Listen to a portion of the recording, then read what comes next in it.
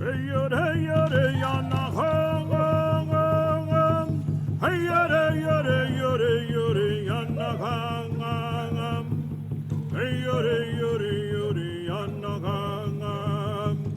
to Lipan Apocalypse, Episode 5, Lipanes at Last.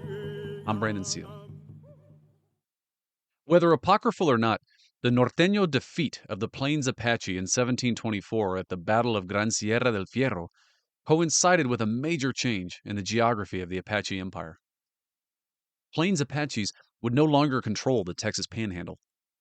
The headwaters of the Colorado and the Brazos would mark the line between Apache and Comanche worlds for most of the next century, during which time the Plains Apaches would double down on protecting their hill country homeland and the ranges in and around San Antonio. Because the truth is that the Plains Apache economic model was still sound. Indeed, the reason that the Norteños continued to so relentlessly attack the Plains Apaches for the next century was that the Apaches still filled a very profitable economic niche in Texas. Even if they couldn't broker an outright alliance with the Spanish in the same way that the Norteños had done with the French, Apaches still controlled the geography of Spanish trade. Even as Spanish administrators in San Antonio remained standoffish and hostile to the Apaches, San Antonians themselves, Tejanos, developed increasingly close relationships with them. And here we see the subtlety of the Plains Apache absorption strategy at work.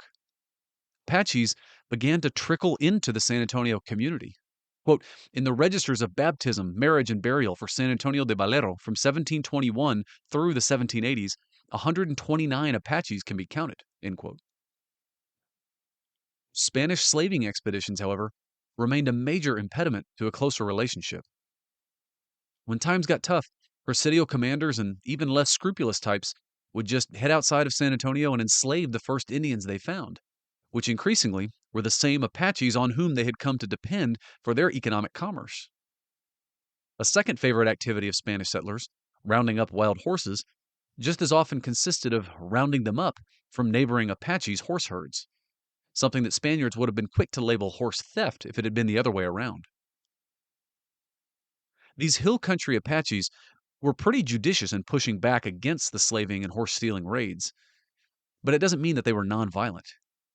In the years leading up to 1731, 22% of all recorded Spanish deaths in San Antonio were attributed to the Apaches, though again, those numbers might be self-serving for Spanish officials looking for an excuse to launch quote-unquote retaliatory slaving raids. But in 1731, the Spanish-Apache conflict undeniably intensified. On September 18, 1731, an Apache party rounded up 60 horses that the Presidio commander claimed belonged to the Presidio company. The Spanish Presidio commander sent out 6 scouts in pursuit, who were soon met by 6 times as many Apaches on horseback. The Spanish scouts sent back for reinforcements, but as soon as the 30 additional Presidials showed up, 500 more Apaches did as well. The Apaches surrounded the small Presidial force and began advancing on them in the shape of a crescent moon. And then, quote, the enemy, for no apparent reason, took off at top speed and disappeared, end quote. From the comfort of the present, these kinds of Apache tactics look like conspicuous displays of mercy, deliberate decisions not to annihilate the forces of a society that they were increasingly accepting as a part of their economy. And yet, once again, instead of interpreting Apache mercy as such, the traumatized Spanish survivors committed to retaliating against the people who had chosen not to massacre them. In October 1732, the San Antonio Presidio Company surprised an Apache town of some 400 houses spread out over several miles, home to maybe 700 people. The Spanish party, led personally by the Texas governor, slaughtered 200 men, women, and children, including an Apache captain with a silver-tipped cane. It was yet another betrayed promise of peace, capped off by the theft of 700 Apache horses and 100 mule loads of hides and plunder, and the marching off of 30 Apache women and children into slavery. The wild disproportionality of this response to an Apache roundup of 60 horses the year prior suggests that this raid was less about vengeance and probably more about profit. The San Antonio mission priests certainly thought so, and they complained about it to their superiors. The Apaches thought so as well, and they quickly mustered up as many warriors as they could and attacked the Spanish Presidial party all the way back to San Antonio. Even the most experienced Presidial soldiers were re-traumatized by this campaign. Quote, they expressed amazement at what they saw, for they had been in many engagements with various Indian nations, but never in their lives had they seen anything to equal the valor and daring of these warriors. Unquote. Realizing his vulnerability after this raid, the Spanish governor decided against selling the 30 women and children captives into slavery. Instead, he decided to use them as leverage to demand peace talks with the Apaches, in much the same way that his predecessors had in the previous decade. The strategy met with similarly mixed results. The immediate Apache response was to kill and mutilate the first 2 Spanish soldiers that they caught outside the city. Longer term, the hardball negotiating tactics of this Presidio commander led to the ascendance of a fiery young Apache captain known as Cabellos Colorados, or the Redhead in English. Though we should be precise here, because referred to just as often in the historical record of Cabellos Colorados was his wife as well.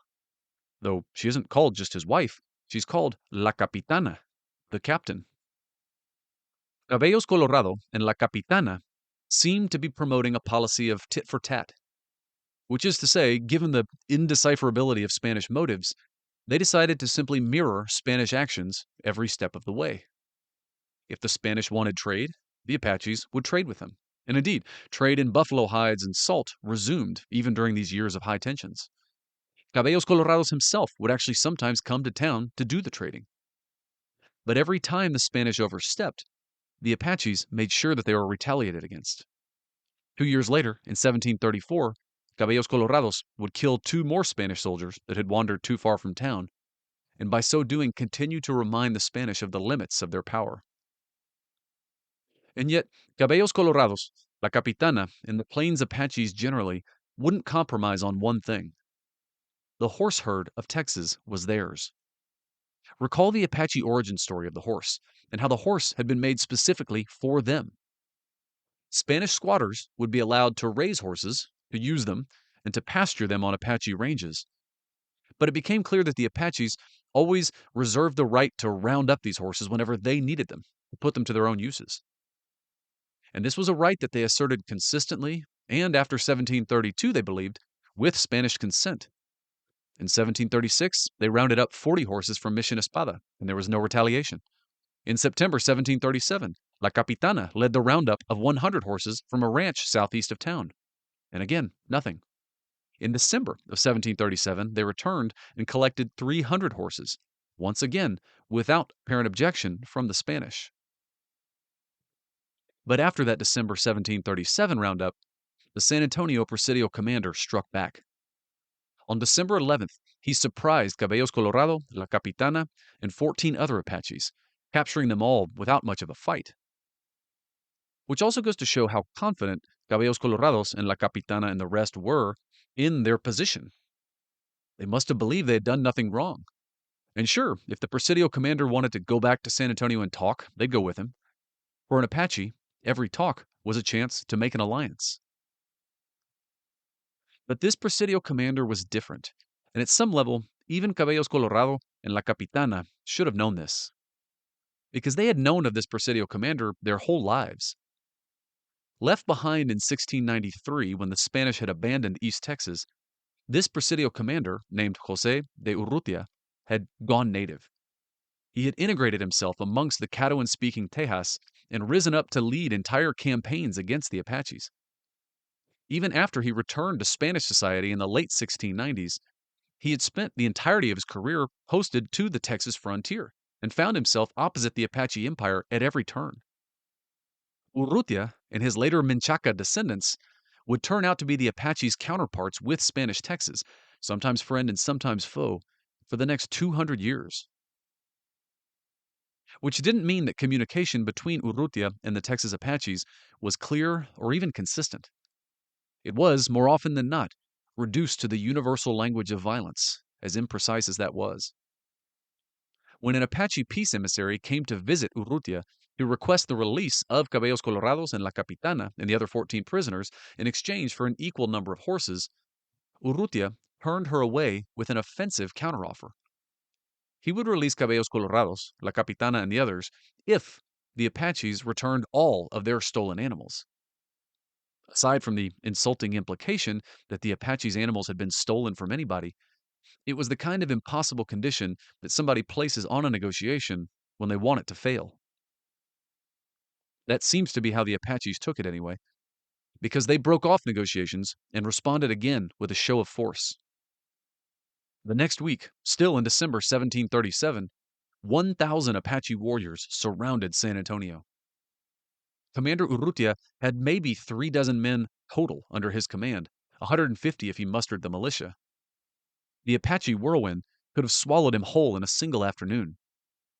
But still, Urrutia didn't flinch. And the Apaches then dissolved back into the hill country and tried a different strategy. They resumed normal trade, and they ceased any further roundups of livestock, I suppose to show their goodwill. Perversely, however, Urrutia interpreted this as proof of Cabellos Colorados and La Capitana's guilt, and as proof that he could never release them. Apache patience ran out in October of 1738, almost a year later, and the Apaches resumed their roundups and attacks. Urrutia took the extreme step of sending Cabellos Colorados, La Capitana, their 2-year-old daughter, and the other captives in chains to Mexico City. Or perhaps it's more accurate to say that he sold them. We don't really know. In either case, they were never heard from again. Then Urrutia began recruiting volunteers to join his presidials for a retaliatory raid on the Apaches' hill country heartland in the lean winter months of 1739. His recruiting pitch in this instance was transparent. The wealth of the Apaches was theirs for the taking, and the proceeds from the sale of captives, too. It was successful, both the recruiting drive and the campaign, at first at least. He got lucky and he hit the Apaches as many of the men were off fighting and ultimately wiping out a Comanche force.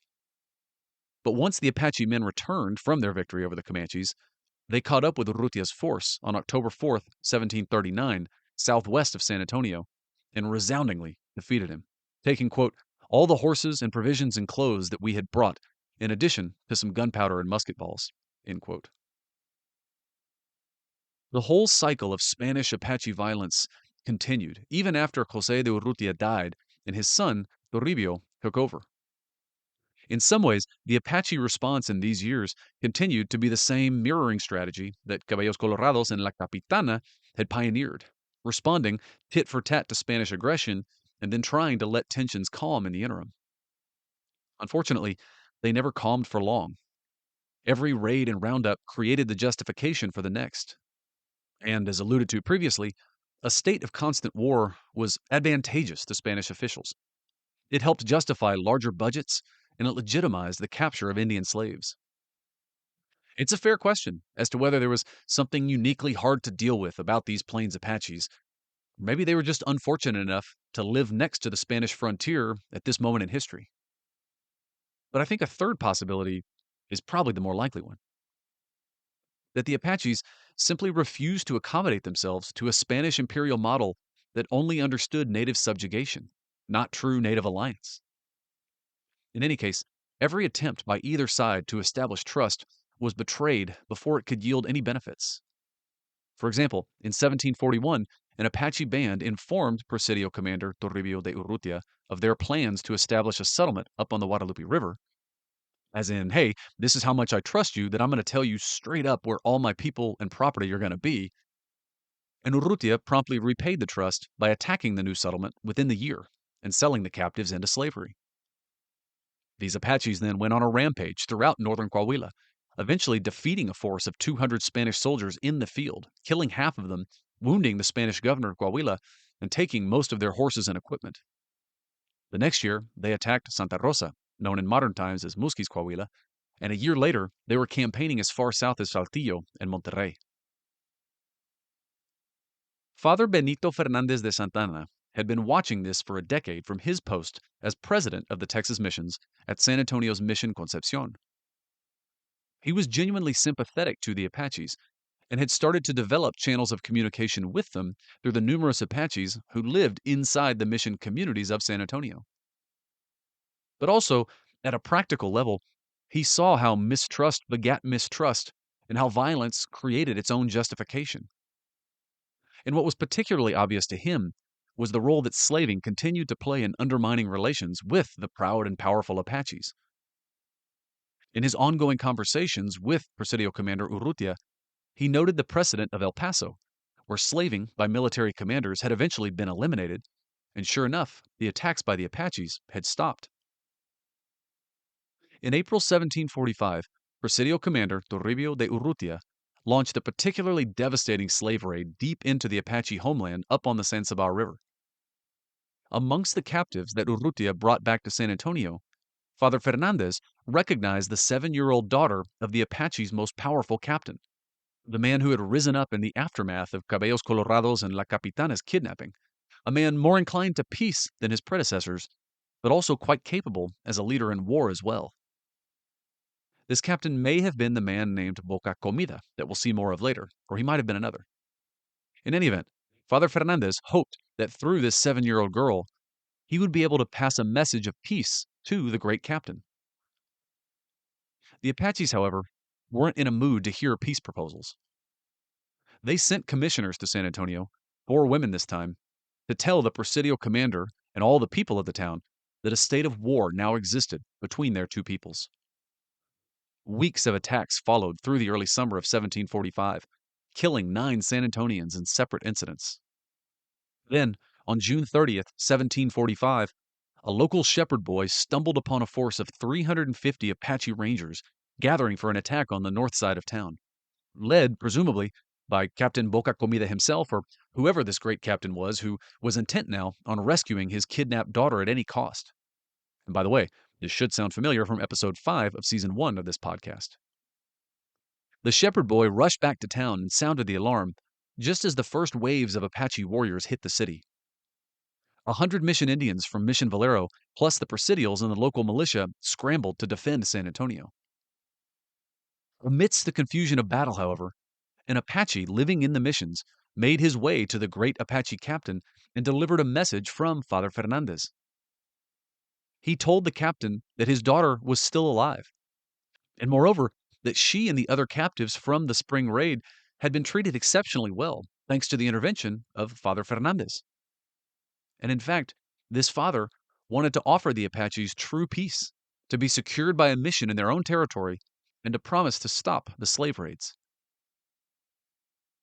This Mission Apache's message, and surely the mention of the captain's daughter, quote, moved the captain to shed tears, to give up the campaign, and to order all his men to fall back, end quote. The Spanish were shocked. European settlers, projecting perhaps their own subconscious goals, often assumed that the objective of native attacks was extermination. But it rarely was. These settlers in San Antonio were already immensely valuable as trade partners to the Apaches. And so as quickly as it started, the Apache attack on San Antonio was called off. The Apaches kept the booty that they had captured from the attack, all except for the property belonging to Mission Concepcion, Father Fernandez's mission, which had been left untouched. A very directed response from the great Apache captain to Father Fernandez's message in the highly nuanced language of restraint that once again shows the sophistication of Apache diplomacy. Father Fernandez got the message, and true to his word, he saw to it that the Apache captain's daughter was released. A truce was declared and honored. 8 times over the next 6 months, Apaches would meet with Father Fernandez to negotiate for the establishment of a Spanish mission to the Apaches. The proposal for the Apache mission and the terms for a permanent peace with the Apaches took a while to wind its way through Spanish colonial bureaucracy, but even during that time, Father Fernandez was able to prevail upon the Presidio commander to show restraint. Even when the commander felt obliged to respond to a small Apache attack in early 1749, Urrutia made a point this time to treat the 8 women and children he captured conspicuously well, and to find ways to let the Apaches know he was doing so. A larger raid that he organized in April resulted in the capture of 170 or so Apache captives, but this seems to have been only a deliberate maneuver to bring about a final peace settlement. as Urrutia released most of the women and children immediately. And once again, Father Fernandez was able to ensure the good treatment of the remaining captives and to ensure that all of the Apaches back in their hill country heartland knew about it. Quote, all of this was done to the great wonder of the Apaches, for they had never seen such humanity among the Spaniards. End quote. San Antonio Mission Indians confirmed to Father Fernandez that his strategy was working, and that the Apaches were starting to trust Spanish motives and truly pushing now within their own councils for peace. Even mission Indians from rival tribes told Father Fernandez, quote, we always thought that the Apaches would never be our friends, nor come to be Christians. But today we know that their friendship with us comes from the heart. They speak the truth, that they desire a mission, and the priests can believe them. End quote. In April of 1749, Urrutia and Fernandez released 2 Apache women and 1 man to, quote, present to their chiefs an offer to return all the prisoners that had been taken, combined with a peace offer to live together and move forward as brothers. End quote. Unlike every other time in the past, and unlike specifically the experience of the 1720s, this time the Spanish in San Antonio were offering to release their captives before negotiating the terms of the final peace, trusting that the great peoples could figure out the details. And so all throughout May and August, Apaches, skeptically at first, began to trickle in from the north to collect their loved ones, who were released to them unconditionally. In the meantime, the peoples engaged in other trust-building activities, such as sharing intelligence with each other. The local Apaches led on to the Spanish that their Mescalero Apache cousins were preparing a raid out in West Texas. The Spanish, in turn, led on to the Apaches that the East Texas Caddoans were planning a raid into the hill country. On August 15th, 1749, smoke signals in the hills northwest of San Antonio announced the arrival of the leading Apache captains and all their people to a great and final celebration of peace. This time, Spanish soldiers, settlers, and missionaries welcomed them into San Antonio. 3 days of carneadas ensued, barbecues we call them, and religious ceremonies as well, both masses and mitotes. On the 4th day, and recall again how sacred the number 4 was to the Apaches lined up on one side of the plaza and the Spaniards on the other, on either side of a large trench that had been dug between them. According to a later account, in the trench were buried a lance, 6 arrows, a live horse, and, most famously, a hatchet. 4 Apache captains and Urrutia, whom the Apaches by then had, quote, come to fear and love at the same time, end quote. All of them danced around the hole together 3 times. They shouted 3 Viva el Reyes, and they echoed them with an uncounted, although I bet the number was 4, Apache shouts too. Maybe one of these dancing captains was the Capitan Grande of all the Plains Apaches. Or maybe it was Boca Comida. Or maybe Boca Comida was the Capitan Grande. It's always hard to know. They're always a little bit off screen, kind of like the great Capitanas. But in any case, mass marriages between Apaches and Mission Indians followed as well. A small glimpse into the historical record of one of the Apaches' most effective alliance-making strategies at work. The Apaches, via this ceremony, were in effect adopting San Antonio, marrying the town into their kinship networks, something which even Spanish administrators now understood. After the 1749 peace treaty, San Antonio became the, quote, center of the Apache, end quote, according to a Texas governor. They had made it, quote, their establishment, end quote. 3 clauses of the great 1749 Spanish-Apache peace demonstrate the extent to which it was, however, really an Apache victory. First, the Spanish began paying annual rent to these Apaches. Over 2,600 fanegas of corn and 133 head of cattle over the next 7 years, in addition to annual payments of textiles, hats, horses, bits, tobacco, knives, and other metal implements. Spanish bureaucrats called these gifts to assuage their egos, but we typically call large recurring payments to a landlord rent, so that's what I'll call them. In any event, it was an enormous windfall for the Apaches and showed the extent to which the Spanish acknowledged Apache dominance in Texas. The second major term of the treaty was that the Apaches agreed to peace with their Caddoan-speaking Tejas rivals in East Texas, who for the first time also gave them access to a small number of French firearms. Nothing could have been more valuable to the Plains Apaches, and it was an astute and important concession on the part of the Spanish administrators in San Antonio, who were forbidden by official policy from selling Apaches guns. But by finding this back door, they helped the Plains Apaches feel truly secure in their homeland. And third, after 4 years of negotiations, the Apaches would finally, really this time, Father Fernandez swore, get a mission.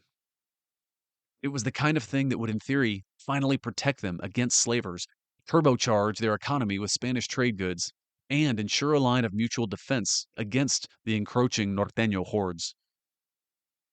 Because even the Spanish were growing unsettled by the Comanches by this point in time. In 1747, French traders had crossed the plains from Missouri to Taos under Comanche escort. This in itself was proof of the Apache loss of control of the northern plains, but it was also cause for alarm for Spanish administrators, who were always nervous to close off their domains to cheaper foreign trade goods. And most alarming of all to the Spanish was how well armed the Comanche escorts were. These peoples who a generation before had never fired a gun were now better armed than the Spanish presidials that intercepted them. Fearful of this growing Comanche power, the Spanish formally cut off trade with the Comanches, which of course only pushed them into closer alliance with the French-supplied Cadouans. Still, it was a sign of how the fate of Spanish Texas would, for the next generation, be tied to Texas Apaches. And so too would the fate of these Apaches become tied to Spanish Texas. It's always important to remember that the Apaches weren't a nation-state, nor were they even a people in the way that Western ethnologists like to classify folks. They were just people, common descendants of Inde buffalo hunters who had been carried by the whirlwind down the Great Plains until it deposited them on the backs of the horse and granted them dominion over the trade of the Texas plains. But now, a subset of these people would come to define themselves even more specifically by their decision to live in the Texas Hill Country and the Trans-Pecos and South Texas and northern Coahuila, and to live there symbiotically with the Spanish coming up from the south. These Apaches in particular would come to be known by the Spanish, if not also in their own language, as Lipan Apaches. The word Lipan appears for the first time in Spanish records around this time. There's a few theories as to its origins, but the most widely accepted seems to be that Lipainde meant the light gray people.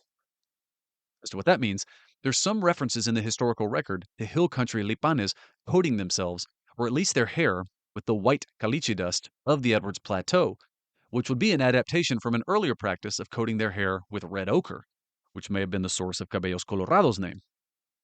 It would be a fitting transition at this juncture that the captains after Cabellos Colorados, entrenched now on the Edwards Plateau, would have adopted their own, locally sourced, autochthonous form of body embellishment. But I also like the idea that the gray people refers to the color between white and black. On the one hand, white and black represent the North and the East respectively in Apache cosmology, and recall that the Lipanes origin story said that they had landed after the first Apache migratory cycle in the Northeast. Gray is also the color between night and dark, representing the tension between the changing woman moon and the killer of enemies sun. In any event, it just feels like gray is the perfect color for the ultimate alliance makers, absorbers, and adapters. The quote, people of the in-between, end quote, as Bernard Barcena, chairman of the modern Lipan tribe of Texas, calls his people. In the way that their ancestors had absorbed and merged their way down the plains for the last 1,000 years, these Apaches that we'll know as Lipanes going forward would absorb and marry and merge their way into the Spanish settler societies that were coming to populate Texas and Coahuila. But Captain Boca Comida wouldn't be there to lead them. He and several others contracted smallpox soon after the Great Treaty celebration in San Antonio, perhaps from some of the clothing that the Spanish had gifted to them. There's no indication of any ill intent on the part of the Spanish in this instance, but it was symbolic somehow of how circumstances always seemed to conspire against a lasting Spanish-Lipan alliance. And indeed, it would be the alliance's greatest victory ever that would soon tear it apart. On the next episode of Lipan Apocalypse. Thank you for listening. Editing for this episode was performed by Susana Canseco. The intro and outro music is from the White Mountain Apache Crown Dancers. You can find them on YouTube. Special thanks this season to my Lipan friends, Bernard Barcena, Lucille Contreras, Richard Gonzalez, Margot Moreno, and Gary Perez. I hope I'm doing your story justice. And make sure to check out Lucille's Texas Tribal Buffalo Project online and fill out her Texas Indigenous Data Sovereignty Study. For more information about the Lipan Apaches, check out the books by Thomas Britton, Jose Medina Gonzalez Davila, Nancy McGowan Minor, and Sherry Robinson. Also, check out the doctoral thesis of Enrique Maestas and the Texas Observer article by Dylan Bedour. Lastly, go to Gorka Alonso's website, apacheria.es. For more information on my other projects, you can go to brandonseale.com.